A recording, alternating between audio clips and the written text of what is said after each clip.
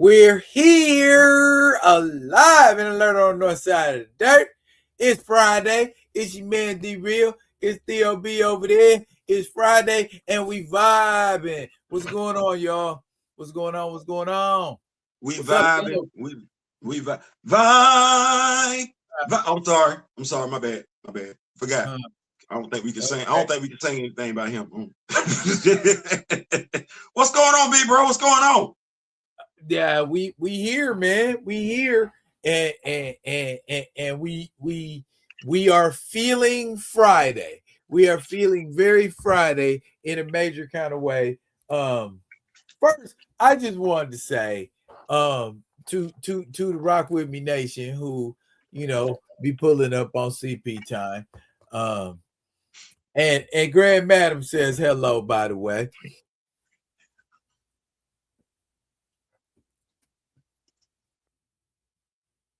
Yeah. She said hey to you, Theo, you. Right, man, how we doing? My voice kind of hoarse, man. I don't know what's going on, man. I don't know what. She says she popping bottle caps of beer right now. Yes, that's what I'm talking about. That's what I'm talking about. Pop. Yes. Have an ice cold one on me, Grand Madam. Now, Grand Madam, when you get done popping the bottle, show folks that we ain't that damn old. Oh, pop, lock, and drop it. Pop, lock, and drop it. Boy. You know what? Ain't nobody out here pulling nothing. As silly as that damn song was, they don't make music like that no more. No, it's different. It's different. They remember Ghost Town DJs? Last night I think of you. I want you to be. Why we don't do that no more? Damn. Yeah. Damn. And you washing your car. Young lady got on a tank top. It's split down the middle. Cut showing a little bit more cleavage. She got on the jean shorts and every damn thing. You washing your car. It's hot outside. And don't do that no more. What'd she say, Grand Madam? She said, I'm older. I can't keep up anymore. I fall asleep quick. You know what? See, that's me. I'm thinking to myself, is it bad as Donald? Because Donald falling asleep in public meetings. Is it that bad? No, I hope not. Or is it fall asleep in the club bad? Because I didn't did that before. I fell asleep in the club a couple of times. But she talking about fall asleep because you're tired, not because it's been induced in any way, chemically or herbally. Yeah. Can I ask you a question? Because I'm relatively new into this whole thing of getting older, right? Okay. Right. Go ahead, sir. Why is it? Because I'm feeling what she picking up. She threw it. I caught it. I'm not understanding. I'm like, damn, Theo. I don't know whether it's what you do when you're relaxing because you're getting older, but you take more naps than you used to when you was younger, which is crazy because you was spending a whole lot more energy back then than what you're doing now. Is it me? Running in circles. I mean, I get circles and cycles. You know what I mean? I think. But is it me though? Do we take more naps the older we get? Is that what that is? Sometimes I feel like one day be just like one long ass nap. One day you be like, I ain't doing nothing. You leave your pajamas on and just kick back, and I ain't doing nothing today. I'm not being responsible. I'm chilling. Let me tell you how bad that is. And that is a wonderful, wonderful thing when you can get an opportunity to do that. Let me tell you how bad it is. So, for those of y'all that don't know, Daryl and I were talking before we came on the live, and I just want to, those of y'all that were sending prayers my family's way and everything like that, just want you to know those prayers have been answered. We're back on our feet, above water, which is where we, because God damn. Like it seemed like it lasted forever, but we are back above water. So it's one of them things now where I sit back and I'm like, I could take a break. I could hold a whole day, whole day off. Just, just to, it feel good.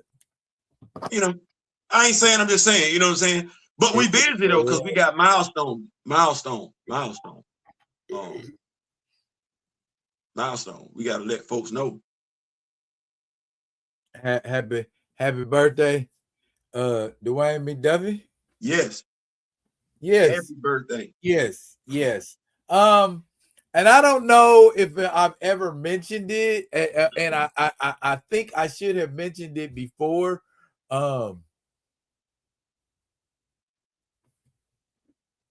He was born on February 21st. I'm sorry, 20th. And passed on February 21st.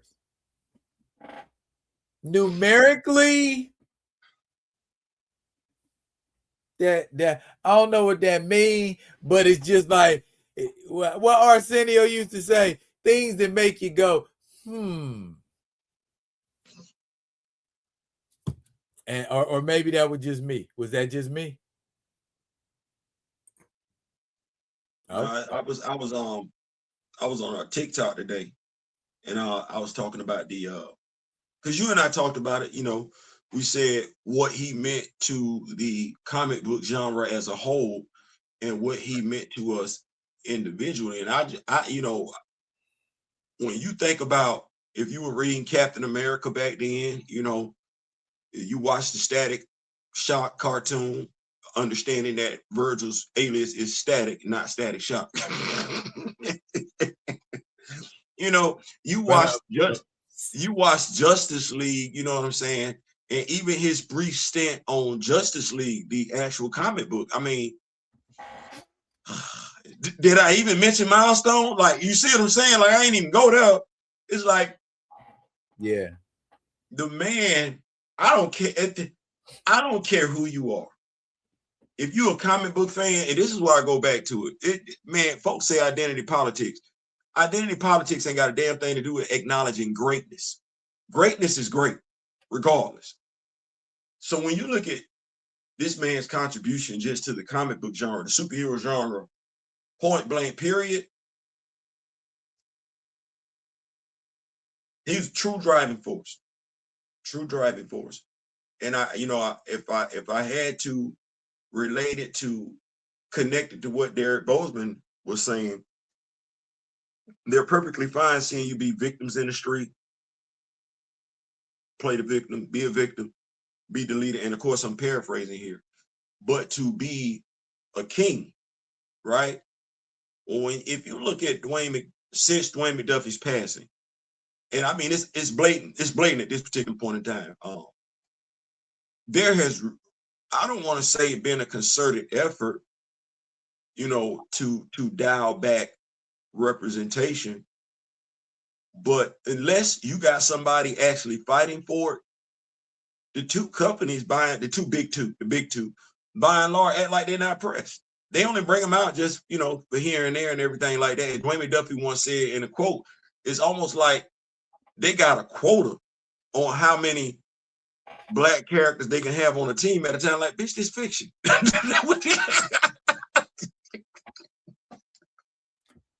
Yeah. We're for those of you just joining us, we're talking about writer extraordinaire, co-founder of Milestone, and producer of so many things in fiction on the screen and on the page we didn't even know we was loving, and that it was him until after it was revealed. Oh, Dwayne, hey, I've seen that name in a comic book once or twice. Hey, I've seen that name over there on that show. Hey, I've seen him in the credits of this and that. And then you start to put it together that he's a driving force in the background that's shaping what we see and view and take in as the fiction of some of the characters we love and enjoy reading and hearing about.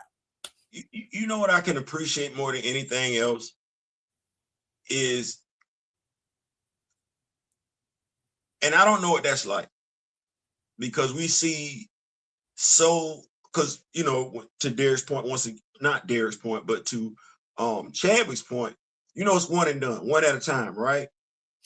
That puts a lot of pressure on you, because when you're that one, do you eventually conform, or do you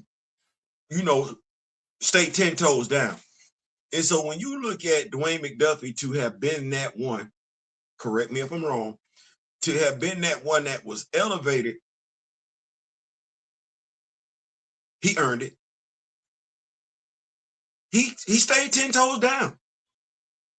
He stayed 10 toes down, and with him staying 10 toes down, I think it's got to be something said to those who didn't force him to assimilate, trusting that him being 10 toes down would lead to the overall success of the whole, as opposed to the few. You feel, or the none. So, and like I said, man, that dude, man, it's the reason why we talking about him. It's the reason why we talking about him.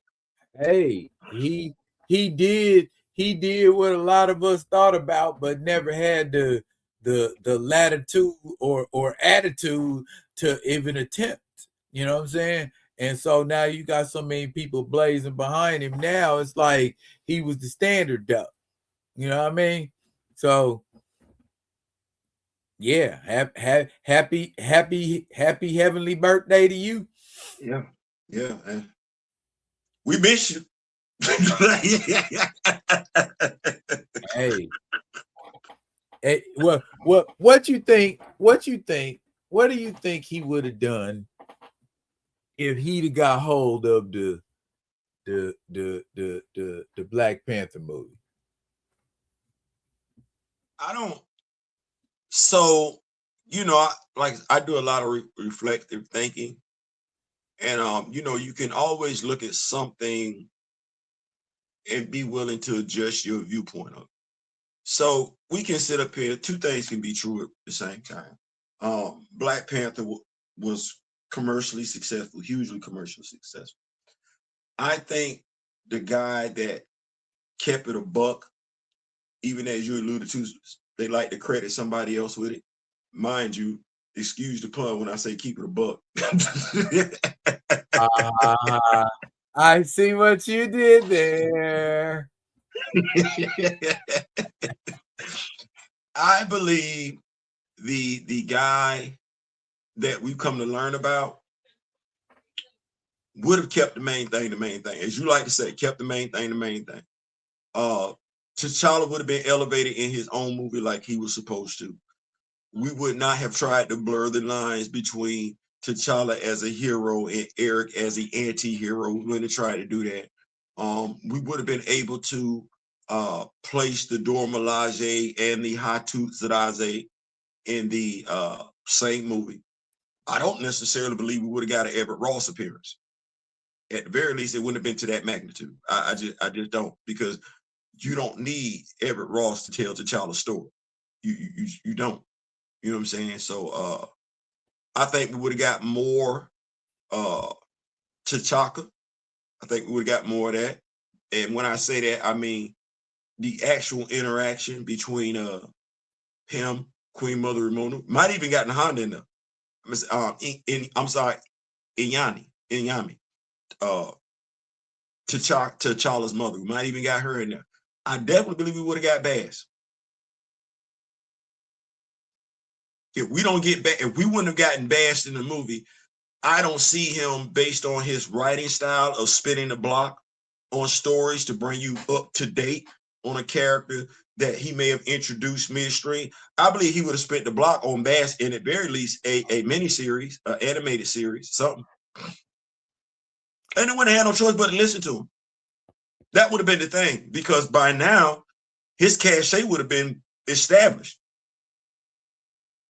You wouldn't have been doing nothing at Marvel without Dwayne McDuffie. You wouldn't have been doing anything in the MCU without Dwayne McDuffie unless he was working with Warner Brothers DC. Question. Would it have been possible at that time, or any time for that matter, to do a movie and make one movie the sequel of a movie from another franchise?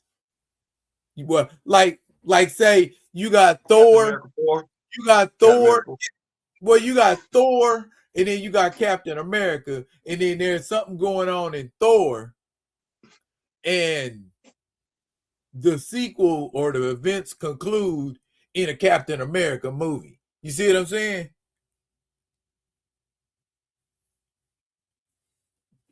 You know what? I don't know. One, but then again, because I want to make sure I say this right, that don't make sense to the comic book fan in middle school. So I don't, I believe Dwayne McDuffie would have looked at it and been like, no, that don't make no damn sense. And honestly, just sidebar for a second, folks are now starting to crazy because we've been talking about it. Other content creators are now talking about it. I saw somebody talking about it just the other day, how these sequels made no sense. Like Marvel had a clear-cut plan with the Infinity Saga, right? Right after that, they were rudderless. You had a hero establish their own story. Cap established his story, pretty much what we're alluding to now. Tony, Thor established their story. Then you get a cross reference and everything like that. But by and large, these heroes had their own story. You did not get that after that. They introduce a random character, Shang-Chi. Shang-Chi go take a dip. You introduce Miss Marvel. She go away until she show back up in the Marvels. Captain Marvel hadn't been seen since she showed up for an episode on Miss Marvel. You feel what I'm saying? But nothing to keep her character established. Even with Black Panther, spinning the block on that. Okay, you got T'Challa. The actor has passed away. You do nothing leading up to that. Nothing leading up to Black Panther 2. You want to do every daggum thing else. Shuri is never established as a warrior princess. There's a gap there where you could have filled in an animated series or something like that, where you got T'Challa falling ill and Shuri preparing herself just in case she can't save her brother. That fills in that gap. We're used to stuff like that, whether it be animation or whether it be a comic book fill in.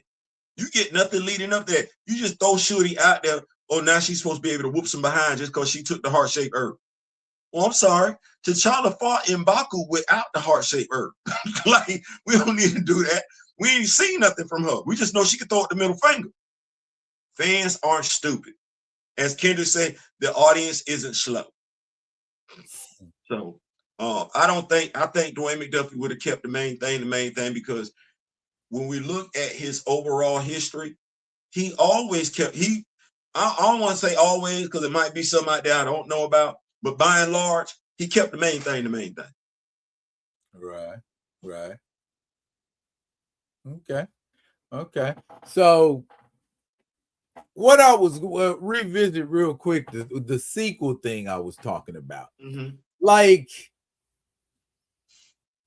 what the MCU has done, the formula that worked for them in the first phase and the second, those early phases, was the story was concurrent.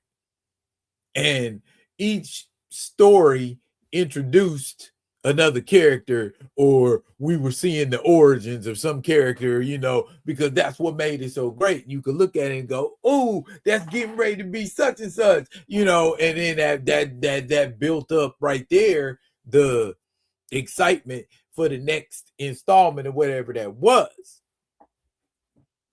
Being that as the case, you could have introduced the Fantastic Four. I don't know, what the plan was, but you could have introduced the Fantastic Four and then the Black Panther be introduced in the Fantastic Four's sequel / the Black Panther's introduction. And then a lot of that, and a lot of the sequel is just dedicated to the lore of Wakanda. I just want you to know I'm looking at you like this because I remember a while ago because you was cracking jokes when She-Hulk Attorney at Law was on. You the same dude who was like, why in the hell they got all them damn maximum prisons and they got no damn villains in them? You same dude. I just want you to know. Like, you looking at them to have an expectation. Yes, man. You looking at them to have an expectation, which was never there. And I was like, it make all the sense in the world what bro's saying. Like, you got, okay, tell I say thank you. Okay. Yeah, you fill this up real quick. Yeah. Look, I ain't saying no strawberry soda. I'm like, Big Bro got a point. You got all these damn prisons. Where the supervillain teams at? You ain't when did you ask that question? You ain't seen one yet. You know what I'm saying? You ain't seen one yet. But I mean, it's just a testament to how ordered he could make things, just the order that he gave the Justice League. A lot of people, like you said, mentioned y'all sleep on. I feel like Dwayne McDuffie read some of the same comic books I read, and said if I was ever doing comics, I would do them like this. And he did that, and I saw it in his work with Justice League by that big ass roster, that throwback to when it was like 12, 13, 14 people all crammed together in the Justice League at the same time. And it's like, okay, he remembers that.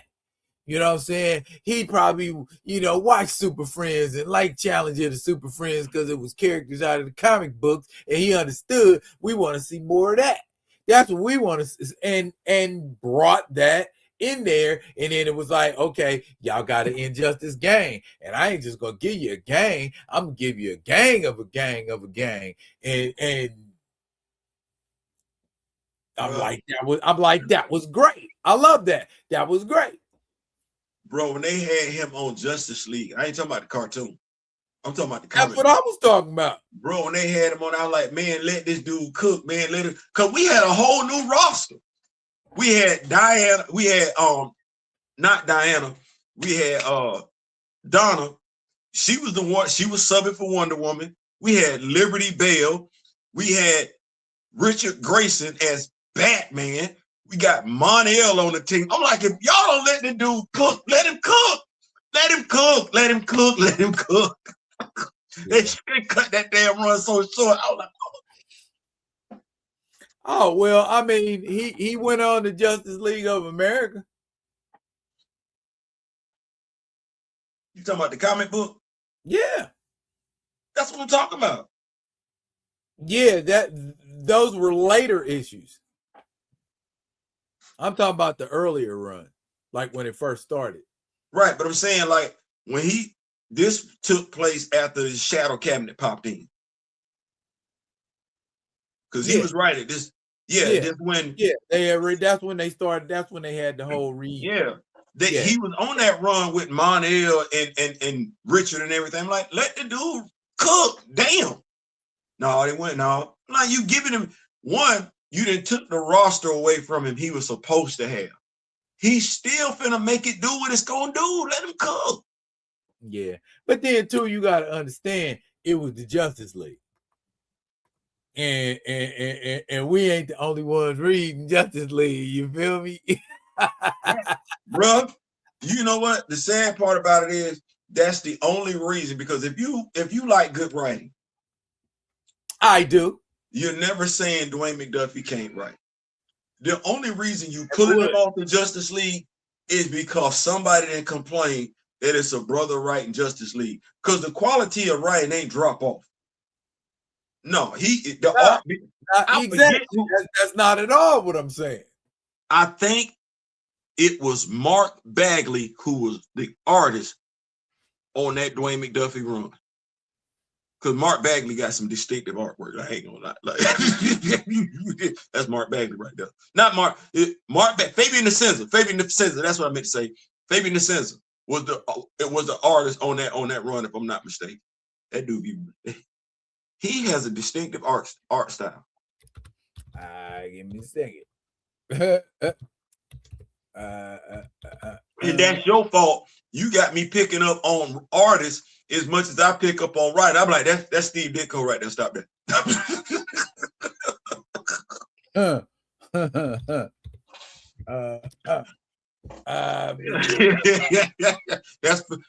That's Fareed Karami. No, that ain't nobody else. That's him. That's him. He don't want to draw like that. Exactly. And we can't forget George Perez when we talk about. I don't think you can forget George Perez. George Perez, John Byrne, Scott Buscema. Who else? Marv Wolfman. This is Marv Wolfman. Marv Wolfman, and Marv Wolfman was a writer, or is a writer. But yeah, he had some Teen Titans. Yeah, that was something. DC wasn't bullshitting when they came out with the new Teen Titans. Like that front cover. Classic. That's just classic, man. That is a classic. I got to get that. Jim Lee. I ain't gonna act like that. Jim Lee nice with it too. Wildcats. Yep. Over at Image. Wildcats. Yeah. But we're not gonna do that. We were talking about. I apologize to the Rock With Me Nation. We are acknowledging Dwayne McDuffie. It's just when you think about how influential he is, you see how he just got us acknowledging everybody else. Like that's what that is, right? And he's in the same lane with those folks. Yeah, if you influential, man, you influential. You know what I mean? And dude was definitely influential. You know, he influenced other writers to write and say, I can build my own universe. You feel me? I ain't gotta build what I'm doing around you. I can just go over here, you know what I'm saying? Kickstart some stuff, crowdfund some things, and boom. I got me one. And I don't have to, chase y'all. Now y'all chasing me. You know what? With that being said, I don't know who need to hear it. I'm gonna say it right here. DC, Mr. Joseph Illich, y'all need to let the brother cook. Y'all need to let the brother cook. Let the brother cook. Let the brother cook. Let his creative staff cook. Let them cook. Let them cook. Go ahead. It's enough money out here for everybody. It's enough money out here for everybody. And if Bruce is that dude, Bruce still gonna be that dude. He's still gonna be that dude. Like there should be a team comic book. We should have the Shadow Cap. That should be an ongoing monthly. Shadow Cap should be an ongoing monthly. Static should be an ongoing monthly. Now, I got a question. Do you remember Batman Returns? Trade paperback? No. Batman Returns, the movie. Oh, you talking about George Clooney? No, with Michael Keaton. Danny DeVito, Michelle Pfeiffer. I do. Yeah, I do. Remember that? Okay. Now you remember what the costumes and all that look like? Yeah, I do. Okay. They come out with real cloth costumes made from them characters. Danny DeVito costume. Yeah, like it's made with like real clothes. Yeah, here, let me show you what I'm talking about. Like, see that he got clothes? He got little clothes. He got a little set of clothes on him, and he got that them. I guess you could call them pajamas or whatever underneath, you know. And he got the Catwoman. Why you making me remember that? Like, I think you being mean. Okay, well here, turn around. How about that? That's better. Okay. And they even did one for Dark Knight.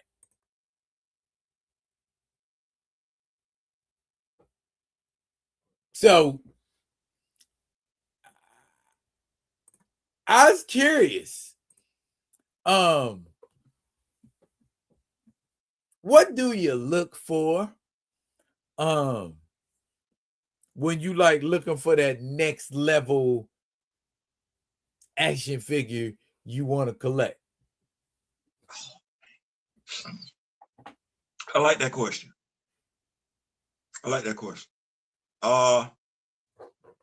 Consistency. I'm looking for a certain thing, right? And so, you know how we use that term grounded in reality and everything like that? I need the suit to look like, the best way I can say it is like this.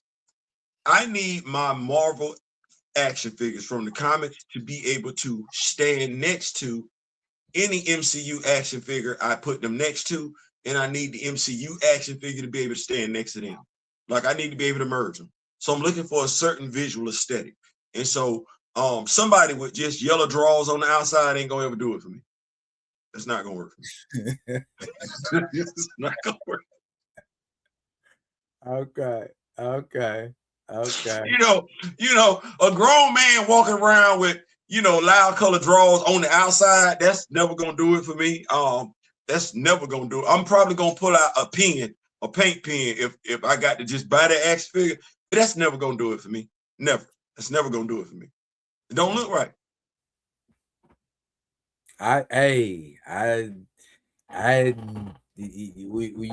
We like what we like. You know what I'm saying? So we comfortable with what we comfortable with, man. Yeah. So I think Namor, and even with him, the two, I got 3 Namor action figures. Okay. One with the full jumpsuit and the 2 with the green Speedo on. My go-to is the one with the full black outfit on, because I'm like, bro, what is we doing? Hey, yeah, I got all of them too. Because I'm like, yeah, it's the exact same way. Like, come on, man. I understand, you underwater and all that, bro, but come on now. Right. Even with the Steve Rogers action figures, right? I'm looking at them like, okay, now, I understand, folks wanting the 50th anniversary cap. You look stupid. Yeah, wings on the side of his helmet. Stop that. The best way I can say it is this. I'm a brother. My superhero squad, if we kick in the bobo, let's say it's me, you, Mr. Smith, Grand Madam Charo, Steezel, Gray, and Kamoyo. There's a lot of pettiness in that group right there. There's a ton of pettiness. You got one time to stand in front of us talking about you won't smoke and you look stupid. We can't even take you seriously. Kamoyo then said something. Graydon went out and put out a whole damn video trolling your ass because you got your drawers on the outside. Like Thor. I like Thor's helmet. It looks stupid. I ain't have no problem with it not wearing it. Wings on the side of your helmet. You couldn't pull up to no fight. We roasting your ass, right?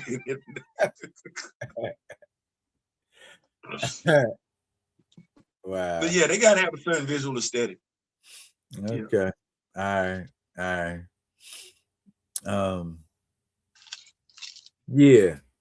I was wondering because I don't know if y'all remember I think a couple months ago I did a a review of a comic of a character called Magnus Jakuta.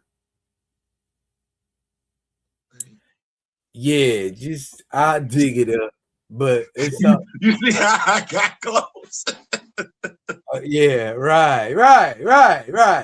Um, it was it was a independent character. I think it was Wiseacre Comics, if I'm not mistaken. Another uh African American black brother doing his thing on the comic book set, and it was actually a pretty good story. You know what I'm saying? I mean, the premise, it almost kind of had that old school Image Comics kind of feel to it, that Blood Strike, that Battlestone, that that Brigade, that it had that kind of energy to it. You know what I mean? So it was like, all right, okay, I see you over there. So um uh I'm getting number 2 here pretty soon.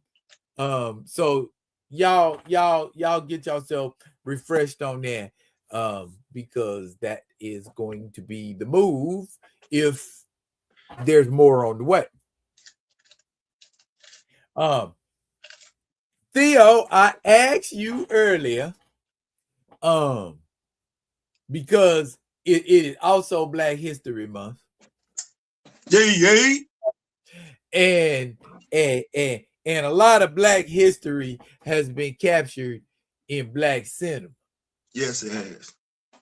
and Yes, it has.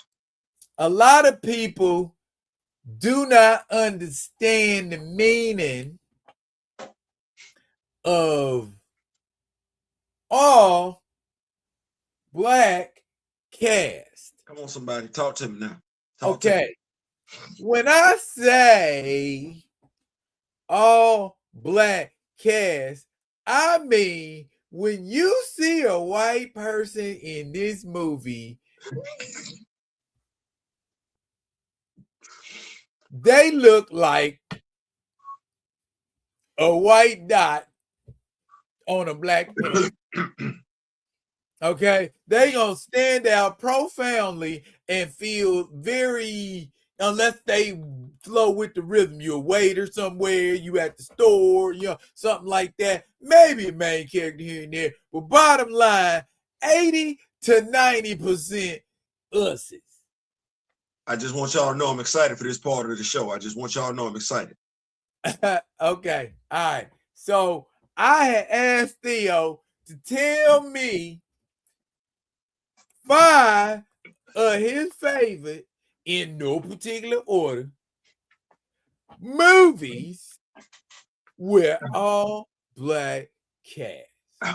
Coming in at number 1 with a bullet. It's mine. He asked me. He ain't asked y'all. He ain't asked y'all. He asked me. Is Christopher Chereau. Let me see. What is it? Dang, I just had it on top. Dang, what was the name of the movie with Christopher? Huh? We waiting. I'm trying to think, man. You made me draw a blank. Have plenty. Christopher Chereau.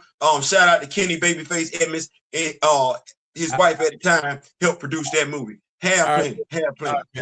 I remember that. I could give it to you. What you go do with it? Yeah. Number two, which could easily be number 1. I don't know why folks got Scarface. I remember watching Trick Daddy on my house and everything, your MTV crib. You got a window blind with Scarface. You a black man. Why you got a window blind with Scarface on it when you should have a window blind with Nino Brown on it? That's right. Number 2, we talking about New Jack City. Living, just enough for the city I'm living. Just enough. Yeah. New Jack City. Okay. All right. with that city. Now, I'm gonna throw two movies out that I'm just not gonna mention because they on everybody's dadgum list. Yes, they are on mine. The Wiz and The Color Purple. We're just gonna sit them off to the side. Not honorable mention. They are what they are. But they're obvious. They're obvious. All right. Okay. Number 3. I got a little bit of hood in me. Number 3, Blue Hill Avenue.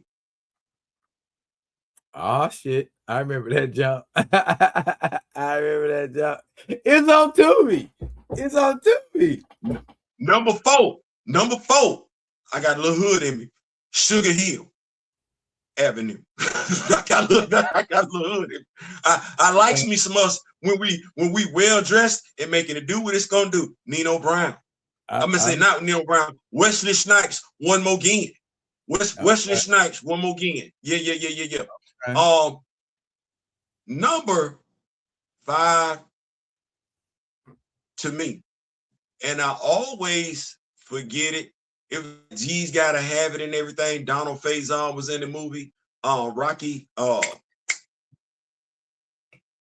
something was in the movie and everything like that with a stuttering problem and everything like that. The boy who was on the Cosby Show in love with Rudy. Bud? Yeah, Bud was in the movie. But it was Bud's movie, to be honest with you. Tripping? That one. Oh wow. Tripping is funny. Like if you sit up there and you look at the crew that was on Tripping, you sit up there like this. Well, you're not thinking Anthony Johnson is gonna be where he at right now. Stoney Jackson, I don't think he was ever a comedic actor, but you was laughing at him throughout that whole damn movie. Then you had the dude who was a gangster, but he was walking around with leg braces. Like he was like Donald Faison was a player.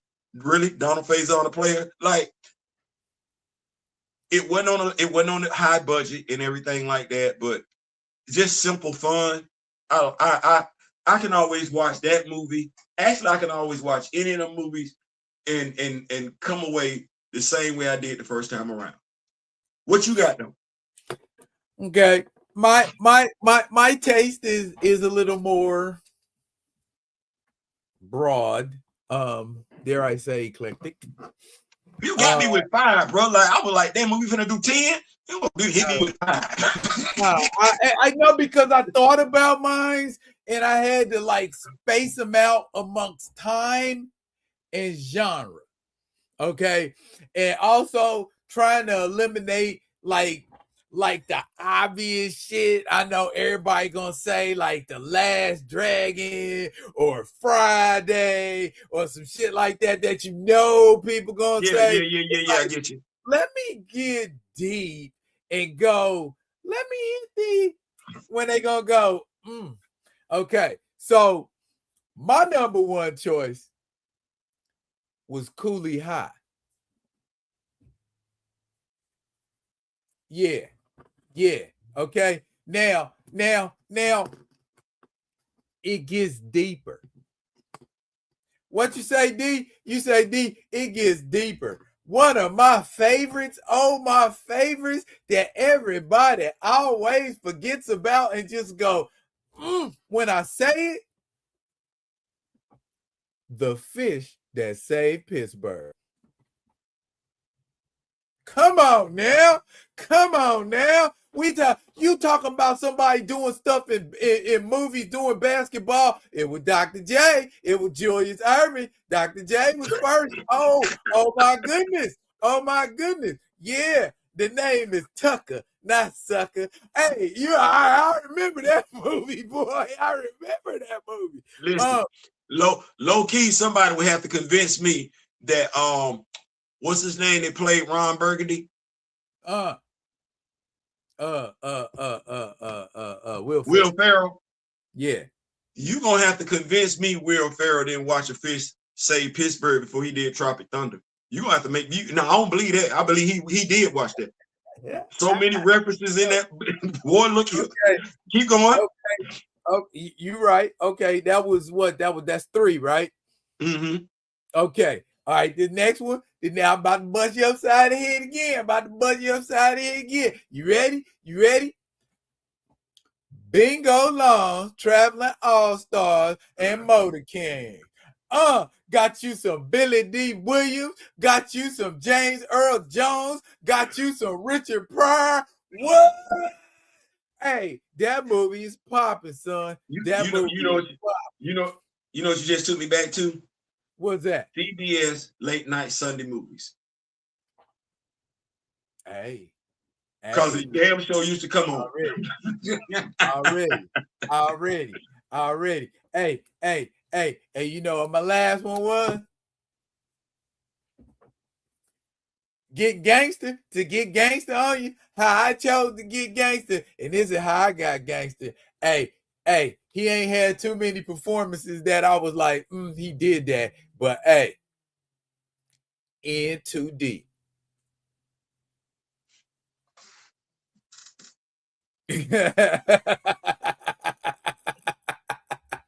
Bruh, that's a woo. I'm like, you did that to your boy. My dog said, wait a minute. Yeah, because LL was wrong for that. Bruh. I'm like, wrong. He's ruthless.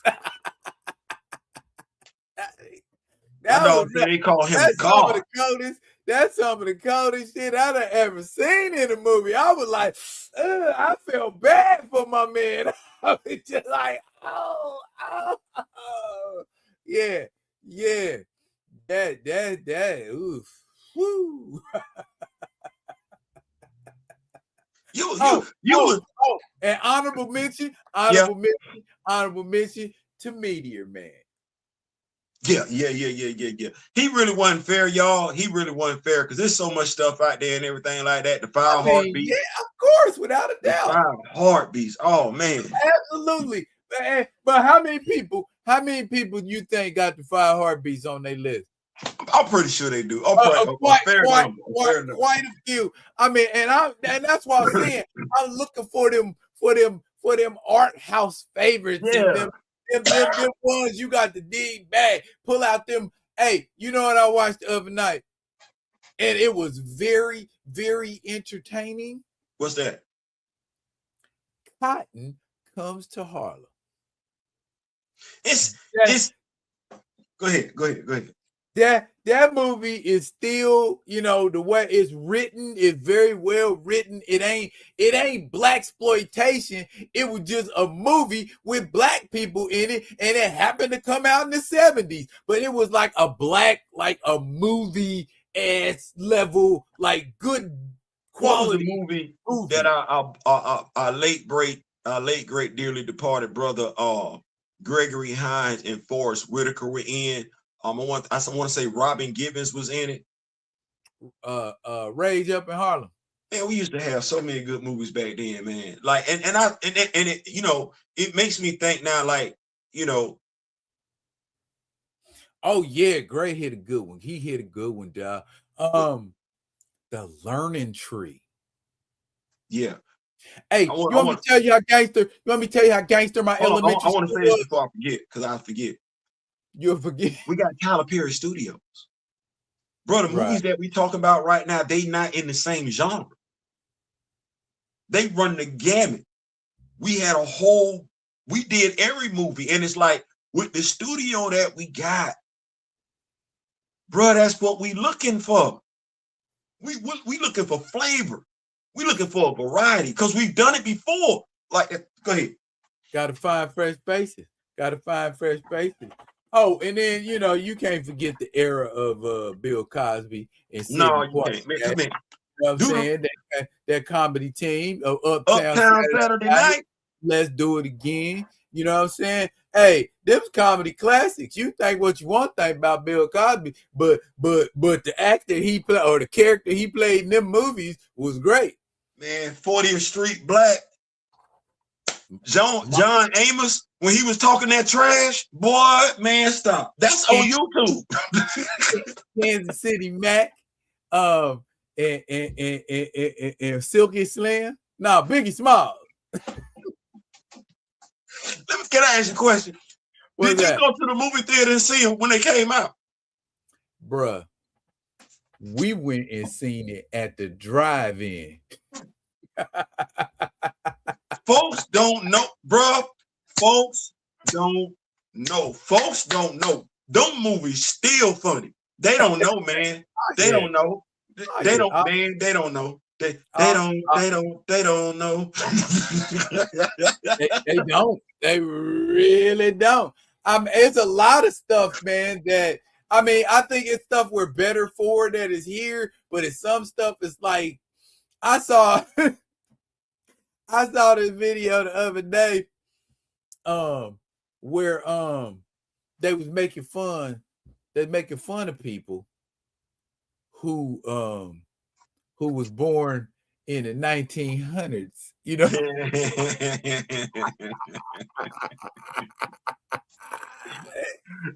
Go ahead, man. Did I say that to you? No, it just always has me laughing because I'll be looking at cats. I'm like, you have to realize, and I say this, I tell my wife this all the time. I say, it's hard for a child to get over me. I say, because I'm a big kid. We say that, but the truth be told is that we not big kids. We old ass adults. Like, damn, we've been raising ourselves since we was damn in middle school. So I'm sitting up there like, this ish that y'all jamming to, you welcome. Hey, you're not gonna make me feel bad for my age when, damn it, if it wasn't for me being my age, you wouldn't be enjoying life right now. You wouldn't. You wouldn't. You wouldn't. So just stop. Hey, that part right there. But it was, yeah, that was what it was, man. You playing damn video games right now. You welcome. You got a PlayStation 5? Okay, I had the Atari. You welcome. Yeah, you got to have that experience. You know what I'm saying? You talking about you a comic book fan? I was a comic book fan when they was 10 cents. You welcome. Get on up out my face. Go on. Take your young ass somewhere and sit down. You collect action figures? Yeah. Damn it, you welcome. Hey, everybody trying to make a better version of them old. You ready? This me finna be petty on behalf of the whole entire Rock With Me Nation. You a Black Panther fan and you trying to get your Black Panther knowledge up? Damn it, you welcome. Oh, yo, they doing okay. Kamoyo say Dolomite. Oh yeah. Yes, Lord. Yes, Lord. That's why I don't even know why anybody. Do you know how stupid you got to be to try anybody from Generation X that was a Dolomite fan? Oh, bro, we had Rudy Ray Moore albums. Oh, what's an album, D? We've been talking about folks since we came out the womb. Like, we came out the womb talking about the doctor. Man, damn, your breath stank, bro. What you been eating? Shit pie? Like, we not damn, bro. A cat pulled up in my live on TikTok there. I'm talking about, comic books and stuff. Just out of left field. You graduate high school? I said, so you want to play? I said, you want to roast? I said, now I'm just gonna let you know, if this is what you want to do, I'm gonna talk about everybody in your family. You included, your mama, your daddy, sister, brother, dead, live, sick, healthy, young, old, children too. Nobody. And I just asked you a simple question. I said, yeah, but you simply trolling though. I said, so I'm gonna ask you if you still want to do this. There, he kept going. He said, so I take it you didn't graduate high school. I said, no, I graduated high school. I graduated high school with your mama. Used to have a bent over speaking in Wakandan tongues and everything like that while we was going over English. Yeah. Then when I got done with, I passed off you to your daddy. Told her she was pretty good in the bedroom. That's how you got here. Mm. We mean.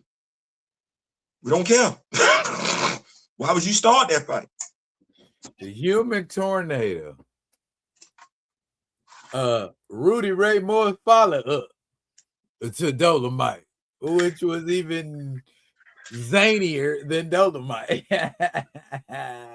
The Dignified Monkey? Yeah. Oh, yeah. Oh, yeah. That's a classic. That's a hood classic. You know what I'm saying? You can't. See what you said? It's a hood classic. It is, bro. It is. You don't hear it nowhere too much farther out the hood. You know what I'm saying? Or you got to come to the hood to hear it. You got to. And if you watch Eddie Murphy's movie on Rudy Ray Moore, he gave you the sanitized version. Just gonna tell you. Yeah, definitely. Can't forget my man Richard Pryor. Which way is up? Hell no. He was the first actor or first black actor I've ever seen do a role in one movie. That movie is still funny as hell. Oh yeah. Yeah, that movie was for grown folks for sure. Once again, think about how young we were when we watched it. Like I said, we've been grown for a minute now.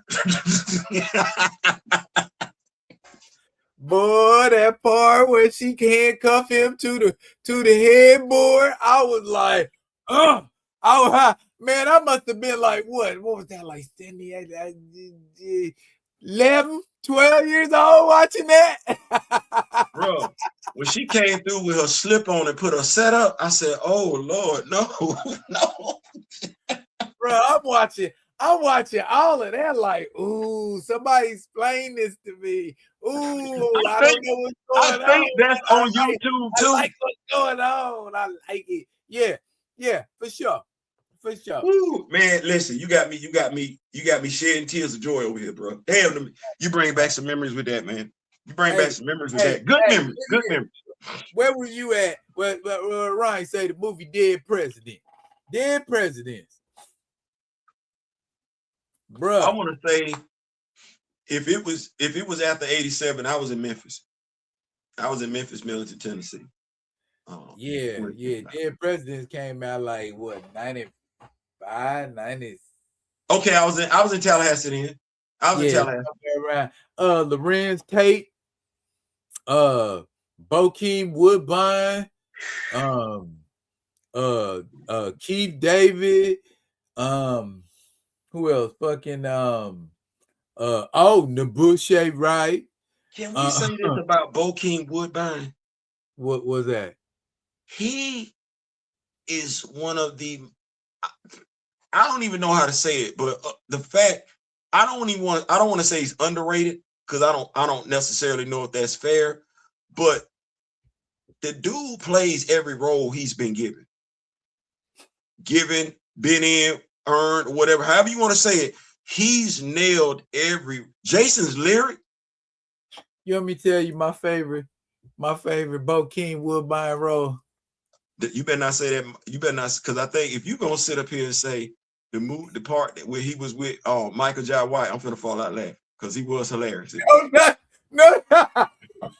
If you say life, I'm finna bust out laughing because you're not gonna be wrong, but you're not gonna be right either, because you not thinking Bokeem Woodbine is finna play a comedic role on any level whatsoever.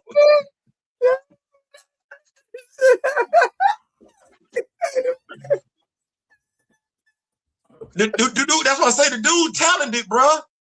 That dude, because when did we first come across Bokeem Woodbine? We did not see this going on when we first got him.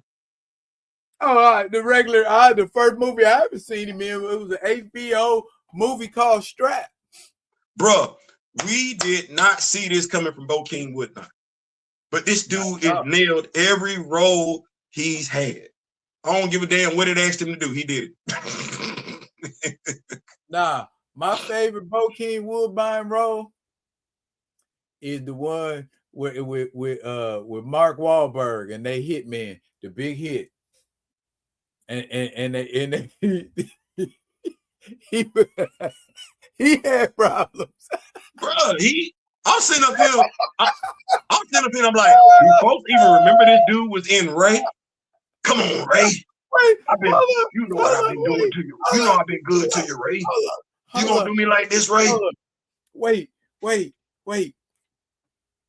There's at the end of the big hit where they having the fight. It's between Lou Diamond Phillips and Mark Wahlberg, you know, and they having a fight, right? And it's in a video store.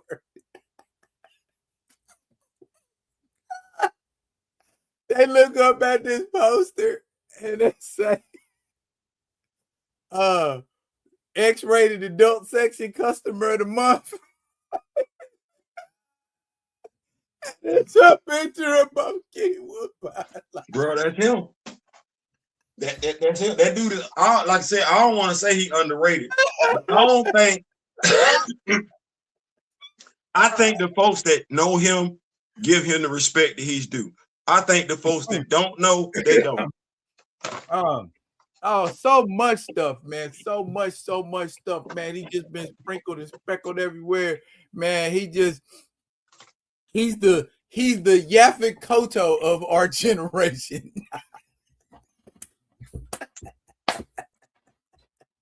It's, you know what? Yaphet Kotto used to pop up in everybody's movie in the 70s. Can we talking about black cinema? Right. So here are some cats that, you know, when I first came across them, I had no idea. St. Elsewhere. Denzel Washington. Right. That's where you guys start. You sitting up there like, wait, what? Yeah. Forrest Whitaker. Fast Times at Ridgemont High. Yep. That's the first time I ever seen him. Yeah. Facts. Even, and I don't necessarily want to mention her like that, but because she was on a black show, Jennifer Lopez, you one of the dancers. Yeah, she blended in well. even so, it's who else? Angela Bassett. I mean, I saw you in, you know, A Vampire in Brooklyn, but I didn't know you gonna do all this here. Shit, okay. Critters 4. Critters 4. See, we not looking at. She in it. Angela Bassett in it. I just want you to know I remember you when you was over here and everything like that. Even right now, if because you know I don't think we acknowledge it enough. But where he is as a person, as a celebrity, just overall celebrity, Mike Tyson. I know some folks probably just wrote him off. I mean, you know, I don't think you should have did that one. I don't think you should have did that one. Who else? Just people get to live through their mistakes and come back and be triumphant. You know, it shouldn't be no different with us. I mean, look at Robert Downey Jr. You know what I'm saying? He was at the lowest of the low at one point when he got his redemption arc.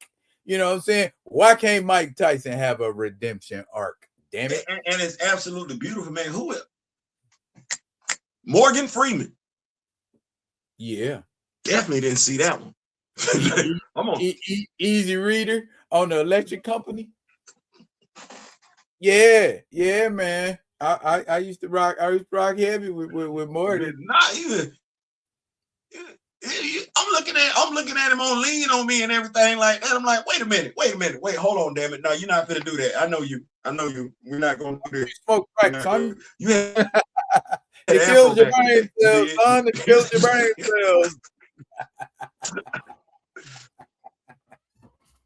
cells. He went hard. He went hard and laid on me, boy. He went hard. They used to call me Joe. Now they call me Batman. I need to see the movie because I saw like a part of it. He was like a pimp He was standing outside this car, and he had the woman with him, and he had the dude with him. And the dude Mean said Streets. something, and the woman looked like she was getting, huh? Mean Streets. Well, you slapped the taste out of my mouth, boy. Like I said, Yeah. You talking about I Mean got a Streets? question. I got a question. Is he slapping some mofos like that in that movie? Is one of them Vice Squad era type movies. Harvey Keitel is in it. I'm just asking because I know I'm not supposed to, because violence against women is wrong. It's wrong. It is wrong. I understand that, and I'm just telling y'all. However, there are some things that have happened in cinema that I have just found absolutely hilarious. When Brad Pitt was kicking out of Angelina Jolie, but you couldn't see it because the sofa was covering it up. I was laughing my ass off. I thought that was funny. When Ike at the diner, I know, we said eat the cake, anime, and everything like that. And, old girl tumbled over. I think what I found funny was how she sold it. That's what I'm looking at. Not him actually hitting her, but how she sold it. Found it absolutely hilarious. So this scene right here, I want to watch it, but I need to know he's slapping some more folks like this, because I found this absolutely hilarious. Because the way he hit her and then focus back on Buddy right after he hit her, like he ain't Paul. Wait. Hey, am I pimp type? Another honorable mention here from Ronnie J is Malcolm X. Yes. Yeah. That was that movie then converted some people that still ain't went back. Like they saw Malcolm X, they've been converted ever since. Like fuck it. Like, hey, he had that effect on it. He had that effect. Street Smart was the name of the movie.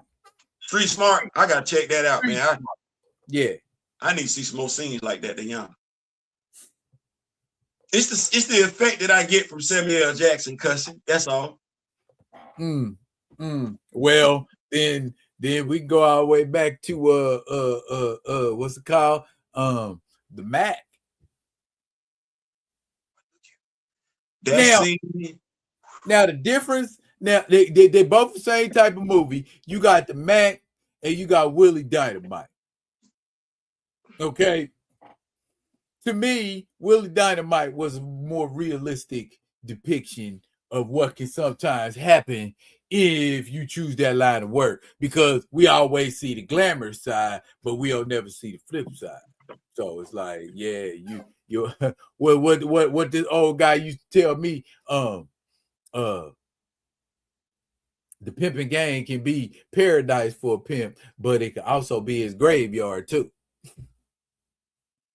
Dog, yeah. Be careful. I'm just gonna say the scene from the Mac when the dude said he told Buddy he was nothing but a 2-bit hustler, and you got him and Richard Pryor in the pool hall.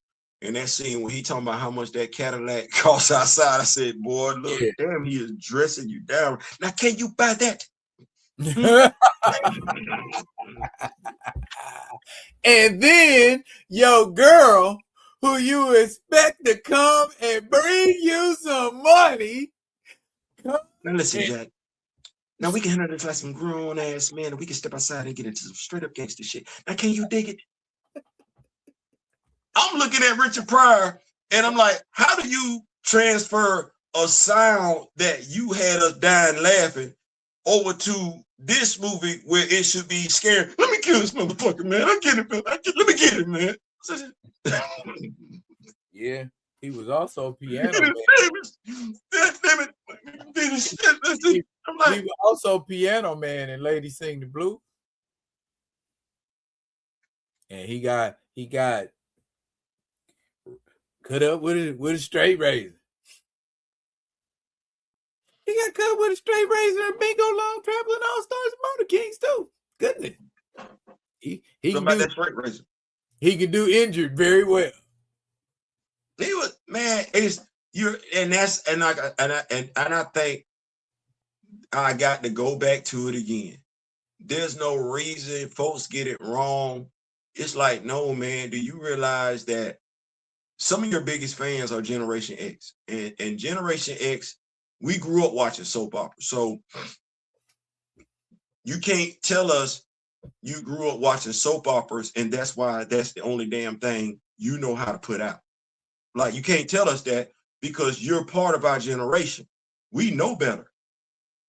We know better. So we don't know who you talking to. We don't know who you fooling. We're trying to figure out, you can put that out. I'm not going to sit up here and say, as I said before, I'm not going to sit up here and say, Mud Deal Tyler Perry is not funny. And I'm not going to ask Tyler Perry to necessarily step out of his element. If this is what you do, this is what you do. I ain't seen Mo, Larry, and Curly step out of doing a damn thing. Abbott and Costello stayed right where the hell they was. But with you being who you are in a position to where you can allow what we experienced before, which I think we could say, we could call it black exploitation. I would call it a black revolution in cinema, where we could do this once again, and you could be the herald of it. Like, yeah, bro, we had so many good ass movies back then. A lot of times it takes a person being rich to the point where they get bored, and then they just finally say, "Fuck it, I give up. I'm gone ahead." We got to get there. We got to wait for them to get bored. I can't take it with me, so I'm gonna go ahead. And you look and you see a lot of the really great writers and directors, and they did they masterpiece like really later in their career. They said something. I was watching something the other day, and I get it. Not everybody's good with words. So you think you're saying what you mean, but you're not conveying it, and it can be taken a certain type of way. Right. But man, there's no reason. It's sad to know that Tyler Perry ain't worked with Spike Lee. Spike Lee ain't worked with Tyler Perry. Like, man, come on. Do you know how many great movies Spike Lee gave us? And he would still be giving us those movies with the Tyler Perry imprint on it. Like, man, come on. It's got to be bigger than you. It's got to be about the people. It can't be, well, I'm mad at him. You can be mad at him all day long. Make some money. As my grandmother said, I ain't got to like you to work with you. Let's go make some money. Facts. You know what I'm saying? Like, you ain't work with. Make it good. Huh? Make it good. That's all we care about. I mean, I want to see a good movie. I don't care who make it, just make a good one. I think it's safe to say we want to see a good Western. We're talking about movies with us featured majority. We want to see us in a Western because we've seen us in Westerns before. We want to see us in science fiction. That's an untapped genre for us to see us majority black in space. I'm still waiting on that one. You know what? Probably gonna get it from Michael J. White first. Yeah. We were in the roller derby. I can't get a roller derby movie and everything like that. Let me get something silly like that. It's like, come on, man. Where's my black sports movie at? I'm playing football and everything like that. It's my black superhero movie. We've been talking about Meteor Man. Okay, so you can't get with Robert Townsend and bring back Meteor Man? What we doing? It seemed like Robert Townsend didn't want to cooperate with Hollywood, and Hollywood just kind of pushed him to the side because it wasn't like he was done telling stories. It wasn't like he didn't still have stories to tell and was doing it, but they were just kind of boxing him out, and he done came forward and told his story to some degree, and so it's like, it's a shame because we sit here, we know how he did his first movie.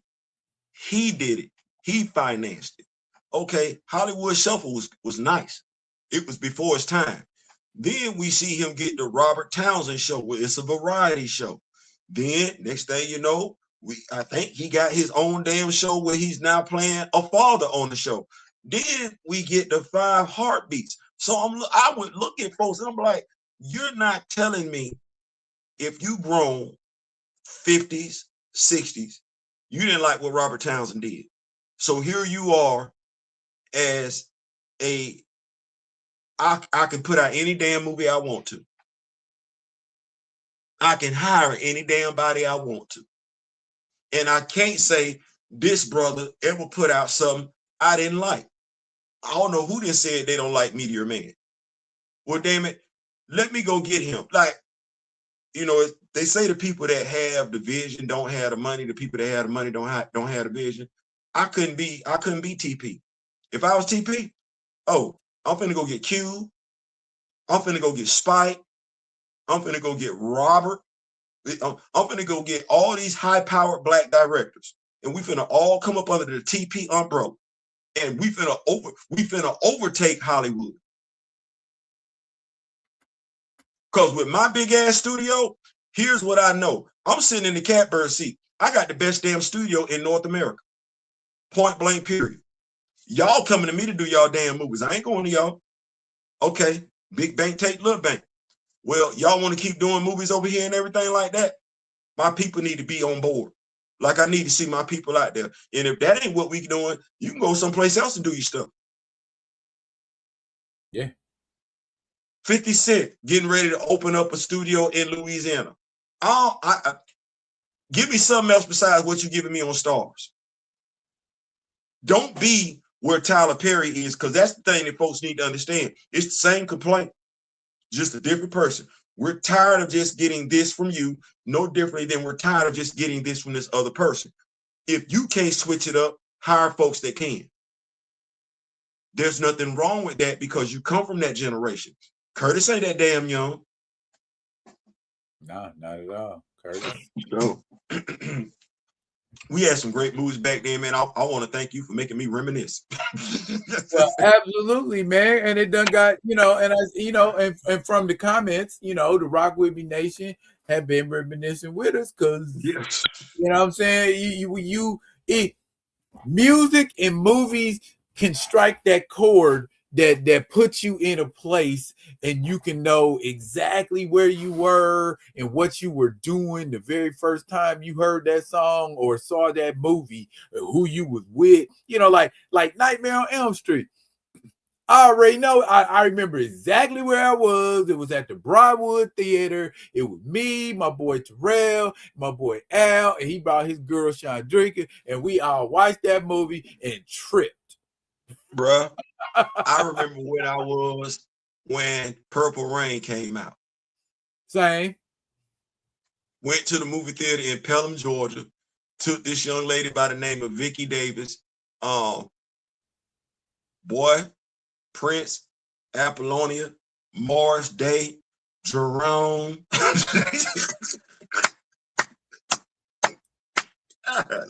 Oh yeah. Damn, a man. That job was fire, man. That job was fire. And it won Oscar for best score, best musical score. Bro, I still tell people to this day, folks don't realize. Prince is Oscar. Bro, folks still don't realize to this day that Batman, written by Tim Burton, that Prince did the entire damn soundtrack. All that was another band Prince album. That's all that was. That's all that was, another damn Prince album. Yeah, he got his rights to it. You can listen to that album and you can think about Batman. He got whole tracks on that joint. That's what I'm saying. Like, I don't think it's his album. Yeah, that's what I'm saying. Yeah, bro. Got Bat Dance and Scandalous and Party Man. It's a whole track of music. He got songs on it. Yeah. Speaking of music and speaking of cinema, I want to talk to my brother for a second. Okay. I want to talk to the Rock With Me Nation. Come on, yo, you gonna appreciate this, grandma. I'm gonna bust out laughing. Greg gonna be like, you ain't lying. So, me and my wife was watching a movie the other night, a Jason Statham movie. Like Jason Statham. Oh boy. Like this. Listen to the soundtrack. I'm looking at the movie, I'm listening to the soundtrack. Listen to the soundtrack and just watch the movie. And as I'm the soundtrack funky, it's fire. Like the soundtrack fire. But the people that's doing the soundtrack, not in the movie. It made me flash back. Remember when the Transporter came out? Yes. You remember this? Do you remember the music that was played in that movie? Vaguely. Okay. Here's what I'm asking the Rock With Me Nation to do. Those that aren't aware, you go back and you watch the movie and listen to that soundtrack. And then you look at the cast. Because by and large, we're not showing up in that damn movie. But on the music, oh shit. You can play the sound, you can play the Transporter soundtrack from front to back. You ain't stopping. And I wanted to ask you, have you ever watched a movie and listened to the soundtrack? You be like, wait a minute. There's a lot of rap music on this damn soundtrack, but I'm not necessarily in this damn movie like that. I think maybe the only possible exception, and I think they went to great lengths to make sure you heard every song or damn near every song that was on that soundtrack in the movie, and that was Juice. Yeah. In some way, shape, or form, if it was playing in the background, or if they was in the club, or you was at a party, or he was DJing, you heard every song damn near that was on that soundtrack in that movie. Listen. So we just gonna talk about it. So you looking at Tupac, and all you know is the Humpty dance is your dance. Do the hump. Oh, do the Humpty hump. We do the Humpty hump. This motherfucker come out like Bishop. You like.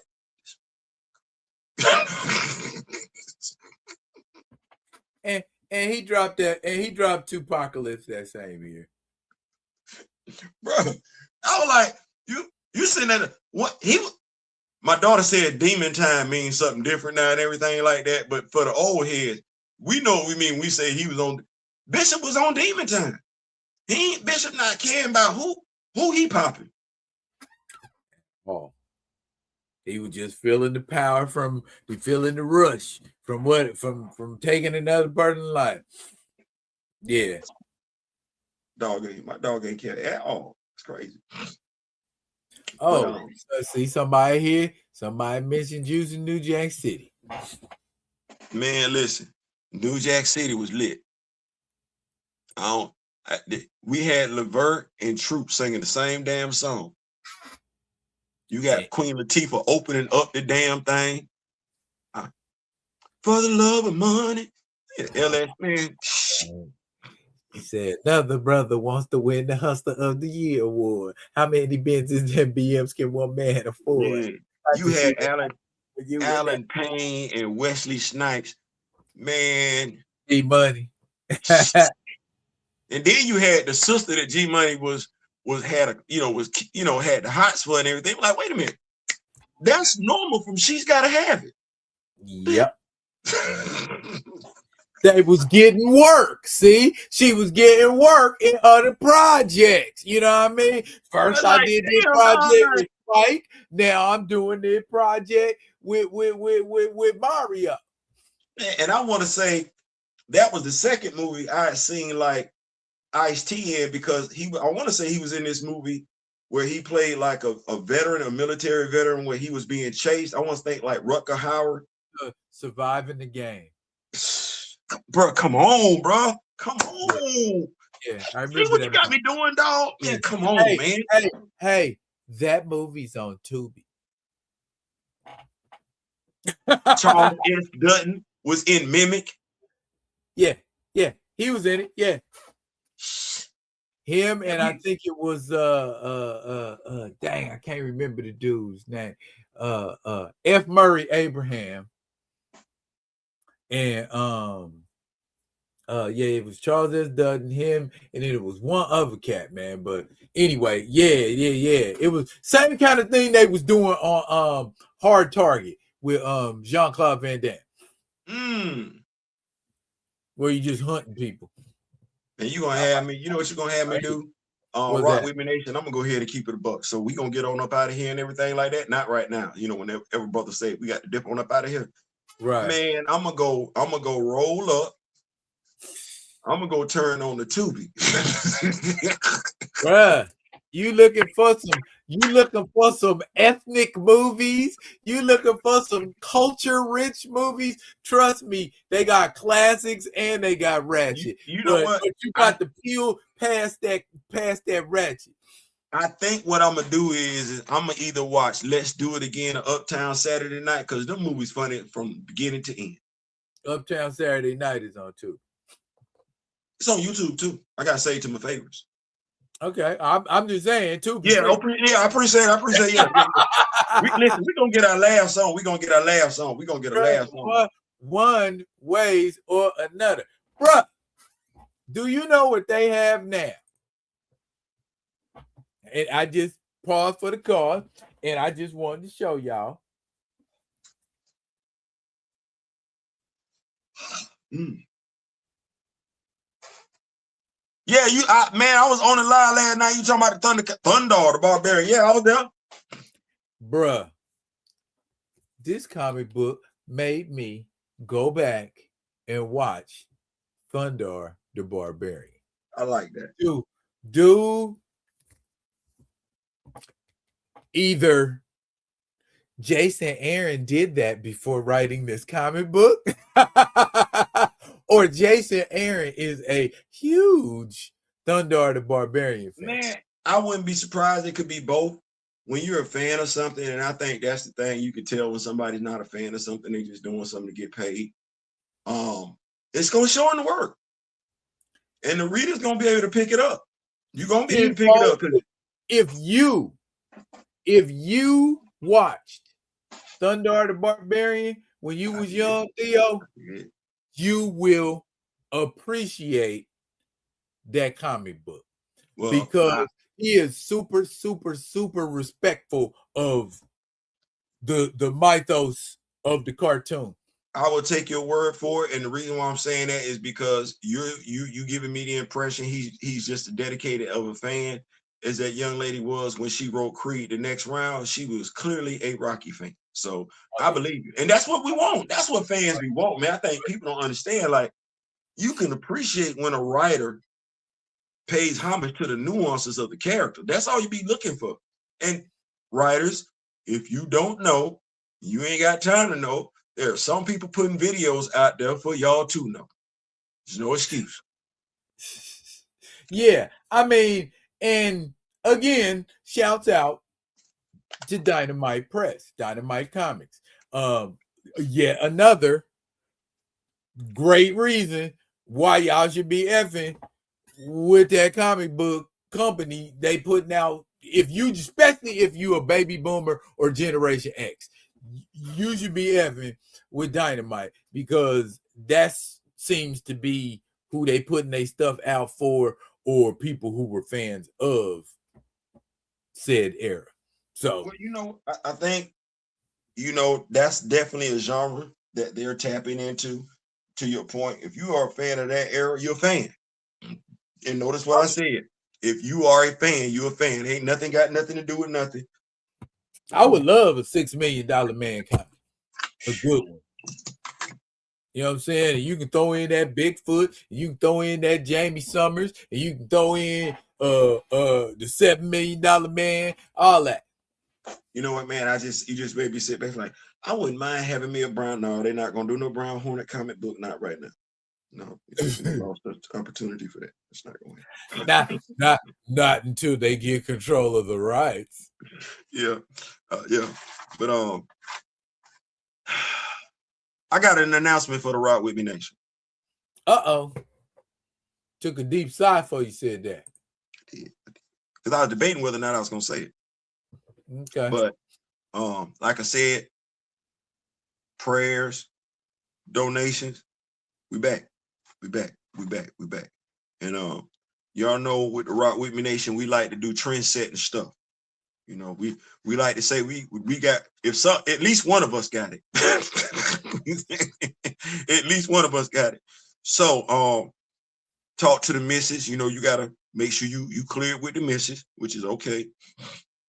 Right. That Valorverse crate, the one with all the accessories in it. The Rock With Me Nation gonna have that in a few days. The Rock With Me Nation gonna have that in a few days. And our crate is gonna be different than some other folks' crates. Cause we ain't leave no expenses out there on the table. So y'all stick by for that and everything. The only thing I'm trying to figure out, big bro, should it be as a live? Them a lot of pieces. Them a lot of pieces. Or should I pre-record it? You should pre-record it. Because I know I ain't sitting through no 20-minute video where you just go through every single little piece and accessory. And I got, nah, man, sum it up. Summarize shit. Listen, I saw a dude and I was like, ooh, because them a lot of damn pieces.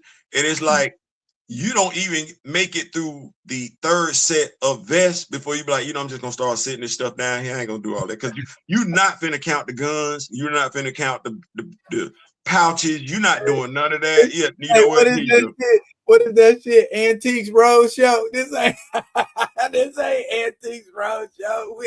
We ain't got 3 hours to go through your teacup collection. That's exactly what it be.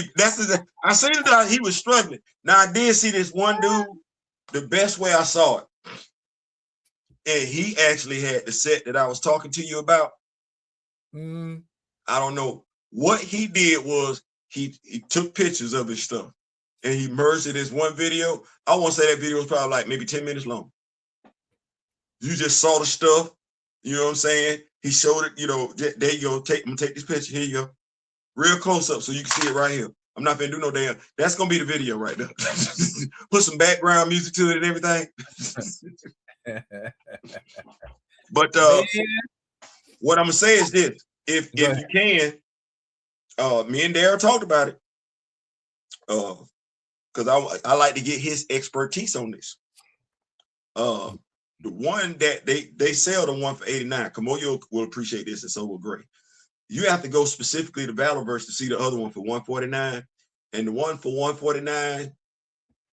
The difference between it and the one that's $89.99, the one that's $89.99 comes with one action figure. The one that's $149.99 comes with 5. And I don't know how us customizers / kit bashers feel about that, but Darryl, what did you say the overall value for that should be? Including all of that mess, it got to be somewhere in the neighborhood of $400 to $500. $149.99. You like customizing, I like customizing. We say we got it at the house customs. Well, I don't know what to tell you, but this definitely take care of some of your customizing needs, at least for a few years. Well, get ready to be at the house storage too. Just saying. Don't do that. The inevitable. It's inevitable. Don't do that. I'm telling you, bro. I just, man, I had to just go get some more plastic containers today to put some stuff away, because I'm like, I gotta make, because you don't stop. You just have to make room for them. You right. You right. You right, bro. You so right. I went on Big Bad Toy Store today, and I just typed in G.I. Joe Classified, and I just started looking. Then I typed in Marvel Legends. Shouldn't have did that shit. Bro, I'm looking at stuff being marked off, 40% off, 20% off, 60% off. I'm like, don't do it. Don't do it. Stay focused.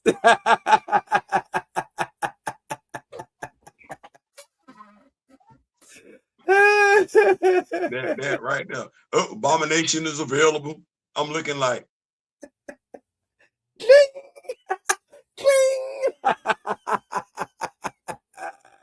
must deflect.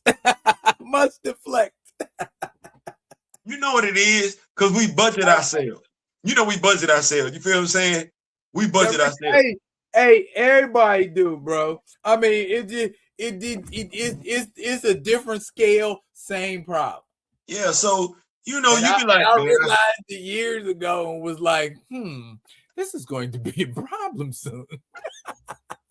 My wife realized it before I did. like, man, I can't buy that, man.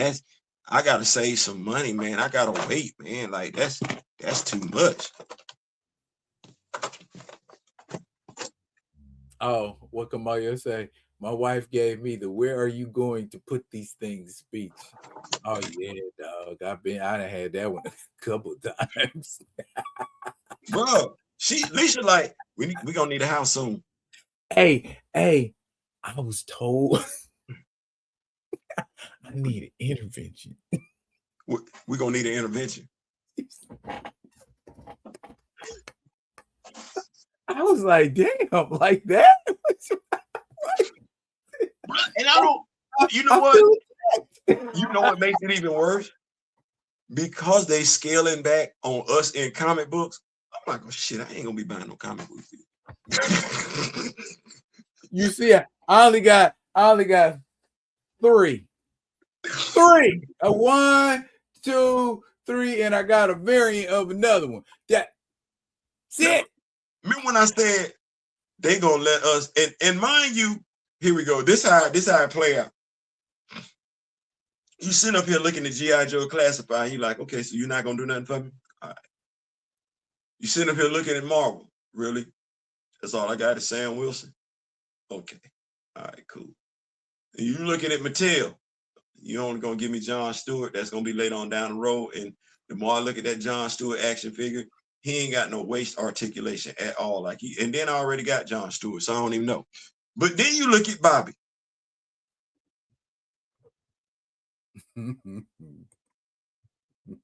Bobby gonna make sure I got me some meat. Like he ain't gonna ever make me feel like, if I don't give a damn if it's a truth, because you know you can make that truth an individual. Bobby gonna make sure I got me at the house all day, every day, twice on Sunday. Bobby don't miss. So I'm looking at Bobby like, so this what you gonna do for me? I can have 5 of me at the house, because I ain't got 5 of me nowhere. One purchase. I ain't never seen 5 of me in one line before. 5? 5. Oh, 5.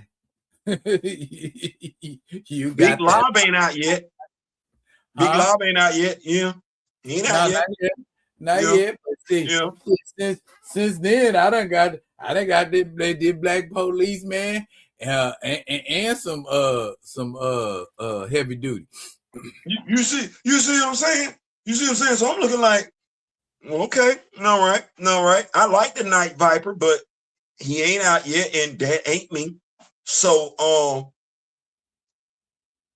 Bobby got me right here. Bobby got me 5 times. 5. 5.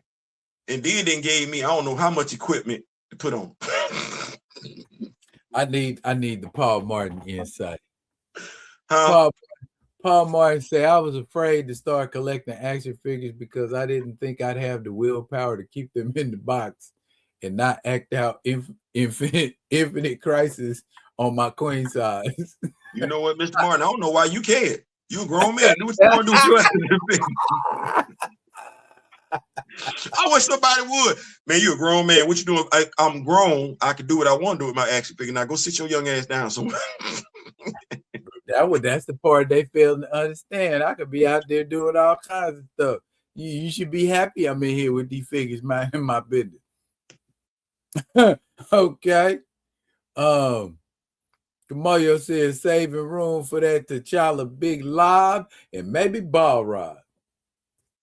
I thought about that because they getting ready. You should go ahead and get the one that's gonna come. I think or if you're talking about the Street Fighter line with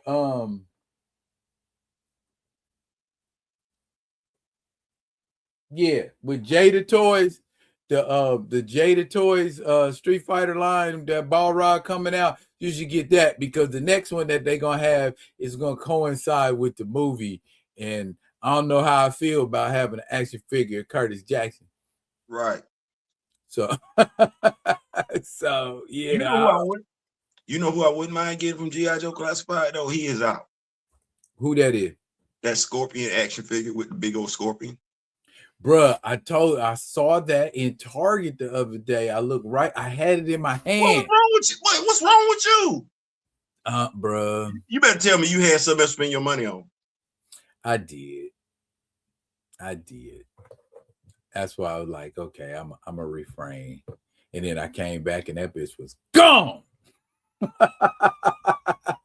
I hate when I come back for them and they be gone. Bro, I know where he at. I know 3 places where he at. Well, if I want him, he can be here Sunday. Ain't none of them joints in Anchorage, Alaska. So I do too, honestly, even if I'm thinking about it, I do too. Because if push comes to shove, I can just go to GameStop and that'd be that. But yeah, my wife hated when we go by GameStop. She be like, this ain't gonna buy some more. You said GameStop, that's so funny. Why is it that my GameStop app wasn't working? So I went online and looked at it. Google, right? And so I changed the store to the store down the street. Pickup.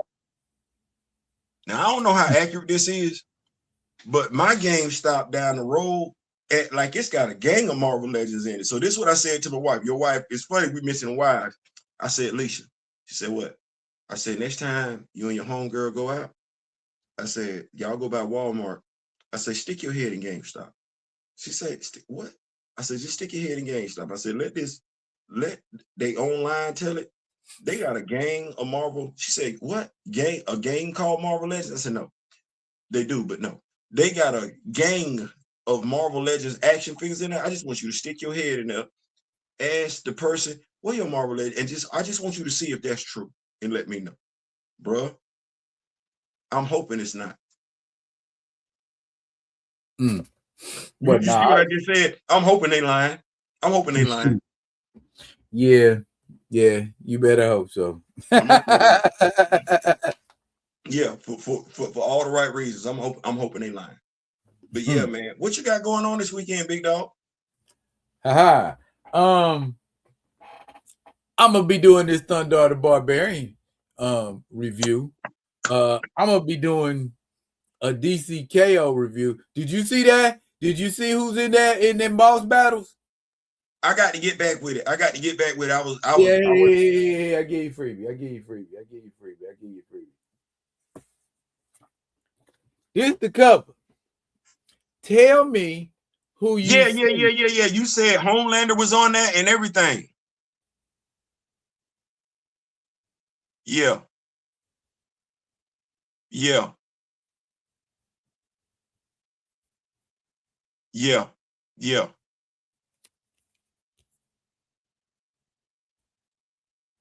This one here. And there's Homelander right there. Yeah, you were talking about that. Yeah.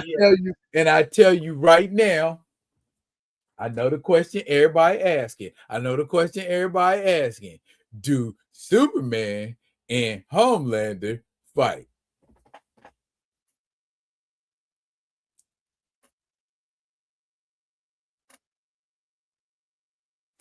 That ain't even the biggest thing going on in the book. Okay? I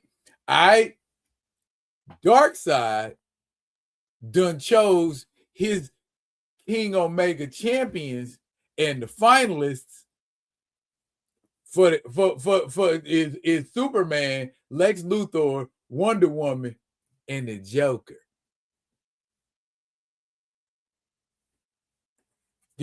Did you hear who I said? So the fate of the universe rests in the hands of Superman,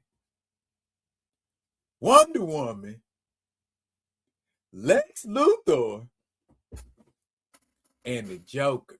Who chose the Joker?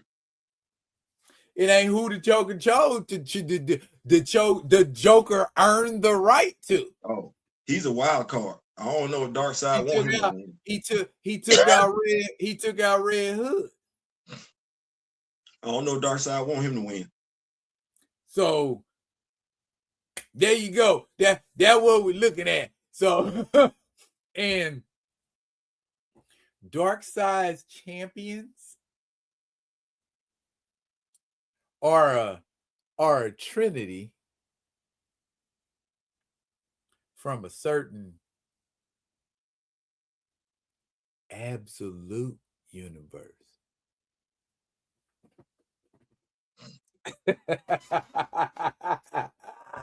Boy, I told you this DCKO thing ain't playing.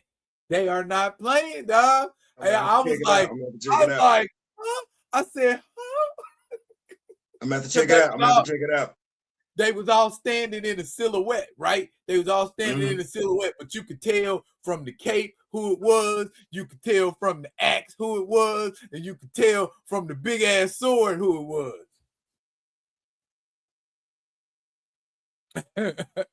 I like. I'm gonna have to check that out. I'm gonna have to check that out. So yeah, they ain't playing. They ain't playing. What you got going on, bro? Man, well, first of all, let me thank you again for Supernatural. We are up to Supernatural issue 4, like we did 3, 1 through 3. Yeah, man, my dude. Let me say, if you've been rocking with what I've been putting down with the Supernatural, you need to understand issue 4 is connected to issue 3. Like I said,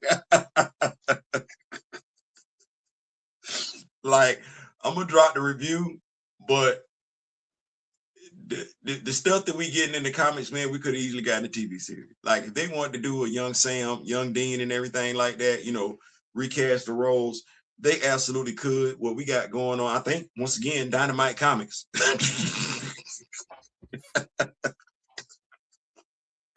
So, bruh, I'm trying to tell them. I'm trying to tell them. And let me say this. Daryl and I are covering what we like. You know what I'm saying? Like it ain't necessary. And I'm just, yeah, we take pride in who we are as a people, and we definitely gonna put emphasis on those comics. But Daryl and I grew up as comic book fans, superhero fans, and everything like that. So we like different characters and everything like that. They ain't got nothing to do with it. So I'm a Supernatural fan. I'm gonna cover that. Like I said before, Daryl doing the Speed Racer, Racer X, Blue Falcon. Damn, if you a Blue Falcon fan, damn, you need to be checking out Blue Falcon. Hey, it's going down. It's going down, bruh. It's going down, man. Mad Cave and Dynamite. It's going down. They both Generation X friendly. So put it like that. When folks be talking about this, that, and the third, there's no way in hell. I don't give a damn who you are, what you call yourself. There's no way in hell you remember them damn shows. They ain't being covered nowhere else. There's no way in hell you finna tell me, oh, I ain't gonna listen to it because it's a brother doing it. Man, shut the hell up. You ain't getting no damn with it. Hey, I don't care what color you was back in the 70s and the 80s. If somebody told you to do the Speed Racer song, you could do it. You know what I'm saying? Everybody, I don't care what color you was, wherever you went. If you said to somebody, all pulling up the next damn day. Hey man, did you see what was going on with the monster car? Man, that shit. Well, we wasn't cussing back then. Man, everybody know what the Mach 5 was. You know what I'm saying? That wasn't nothing that was color centric. If you rock with Speed Racer, you rock with Speed Racer. Hey, when we all in school running and then would jump up in the air and make this sound. Yeah. Like they didn't like it wasn't everybody kids doing it. You know? You ready? If they drop right now, the price would have to be reasonable. But damn it, we don't need the electronic sound effects. We don't. I'm just telling y'all, we don't need that. We just need functionality. That's it. Because y'all be wanting to put them electronics in there and think folks gonna pay for all that. No. If they gave us a 112 Mach 5 and a 112 Speed Racer and we could copy it, we would. Folks be looking at us shocked. Man, where you get that Mach 5 from? Where you get? Hey, the only reason I don't have the Storm Collectibles Ken from Gotcha Man. Why? Right, that price. Hey, I'm like, boy, I like it, but I don't like it like that, bro. Bro, Battle of the Planets. If we could sit up here and cop all 5 figures for like 125, we would. We said, is that them? Because we've always wanted them in our possession. Like, that's the whole thing about it.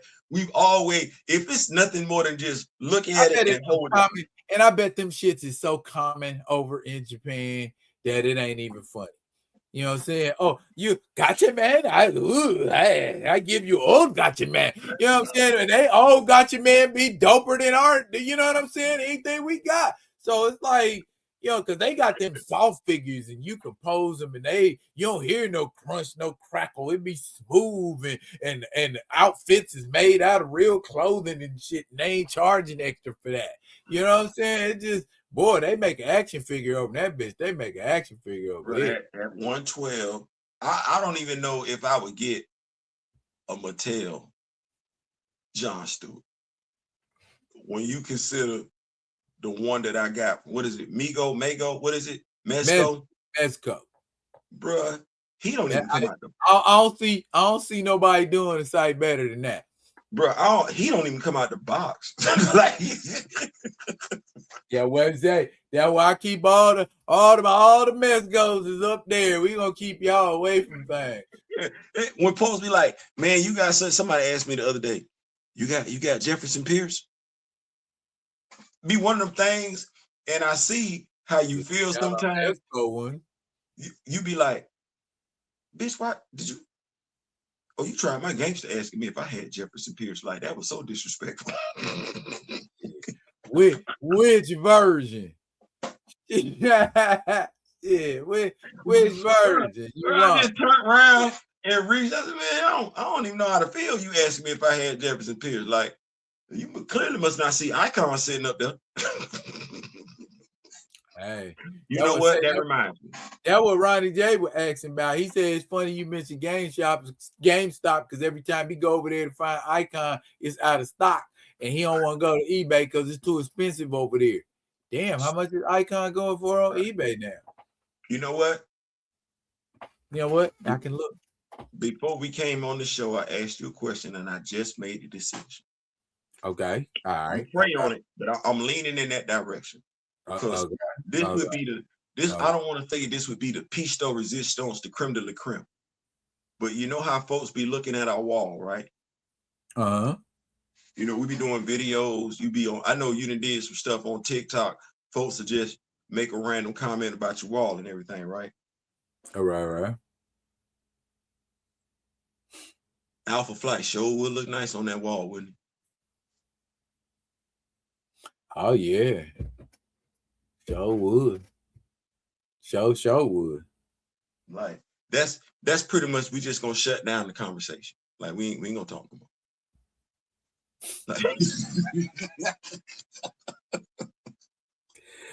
Gee. What was I gonna say? Oh, real quick, I had a real quick question for you. Do you remember, or have you ever, or did you used to, or did you ever mess with any of them? You put me back up on there because I rock with the Phantom on Sunday comics and everything like that. I had to have my Phantom on. Give me back. Is that Flash Gordon? Flash Gordon? I'm sorry. I told him myself this thing. Oh, goodness gracious, not Flash Gordon. I saw that. Yeah. And is that my dog? What his name is? The dude in the middle.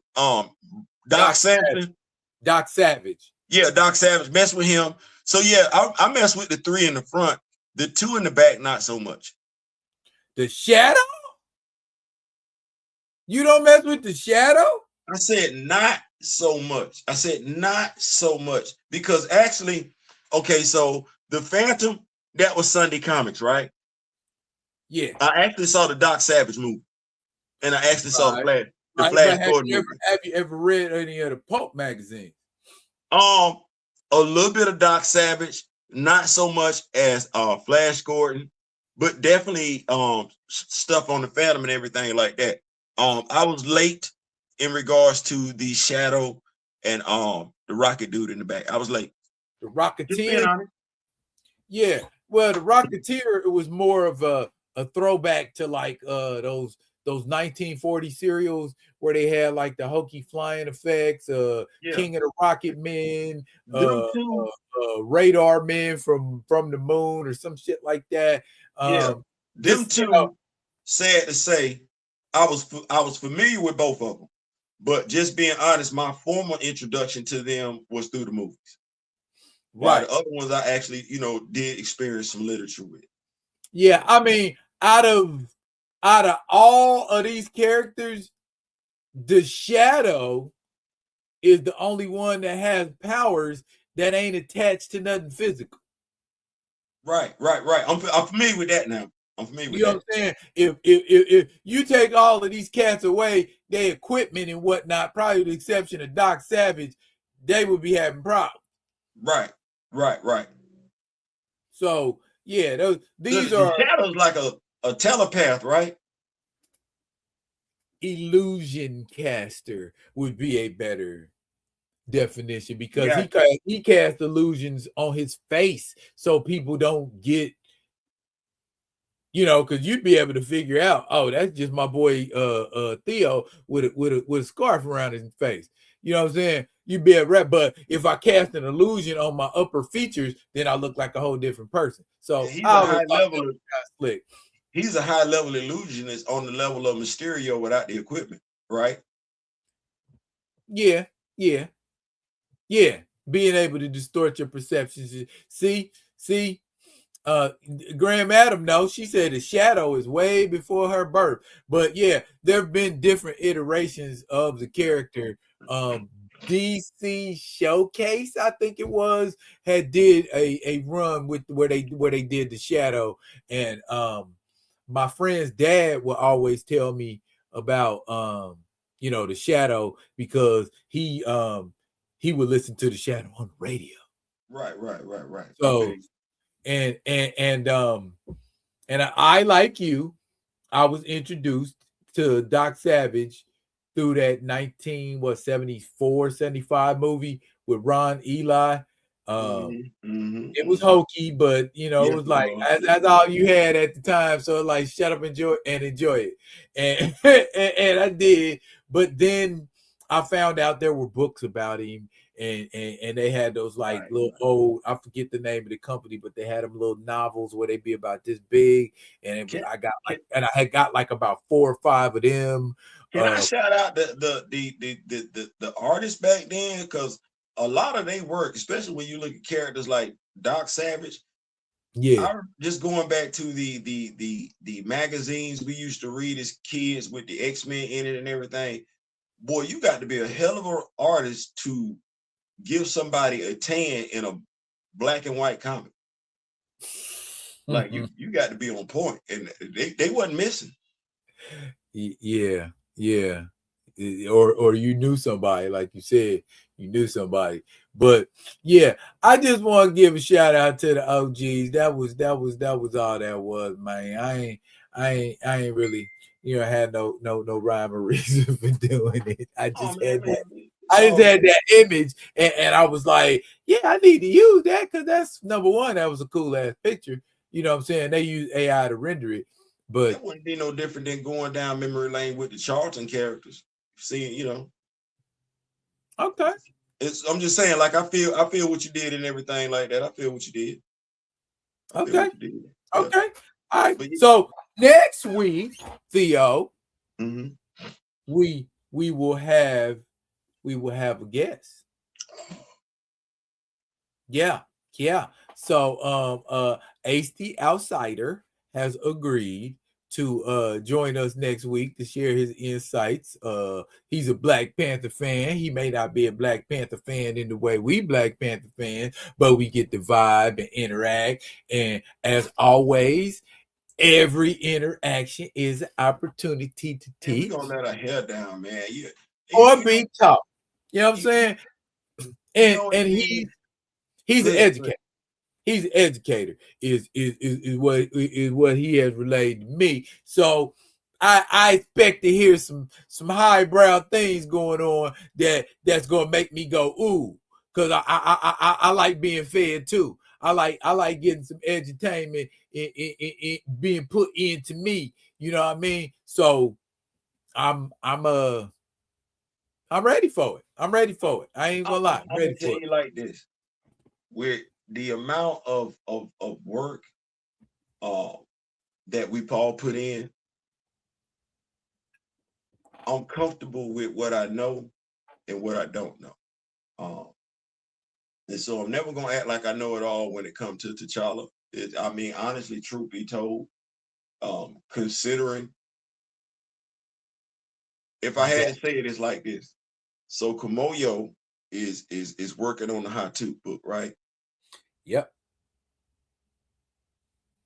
And you had not Roxanne Gay, but Karama Horn do the story on the doors, right? Right. There's so much Black Panther information out there and not out there because you got to fill in the blanks. So much Black Panther information out there and not out there that you have to fill in the blanks, especially when you talk about Wakanda as a whole. It would take more than one person to do that. Yeah. Yeah. And then with trying to, you would have to do it and not worry about covering current comic books unless it was Black Panther related. You feel what I'm saying? Like, you wouldn't have time for nothing else. It's just so much.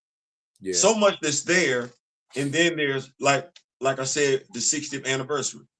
How do you get back on the throne? Yeah. You say Casper is a member of the Hatu huh? Yeah, you had a few questions. I saw that video. You say Casper is a member of the Hatu Zadaze. Well, yeah, it makes sense to us. It makes sense to us.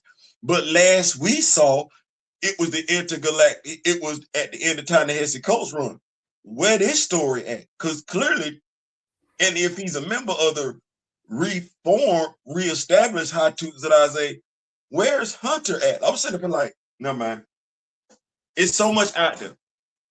There's so much out there that just one person can't do it. So I say that to say that I'm never gonna act like I know it all. I'm comfortable with what I know, and I'm comfortable with what I don't know. So I'm open to more information being exchanged, more information being grown. So yeah, okay. Well, yeah, I am confident that it will be. Now, we have reached that point in the show where we about to go because we put a little bit past 2 hour mark. So we done did our job and a couple other people's jobs now.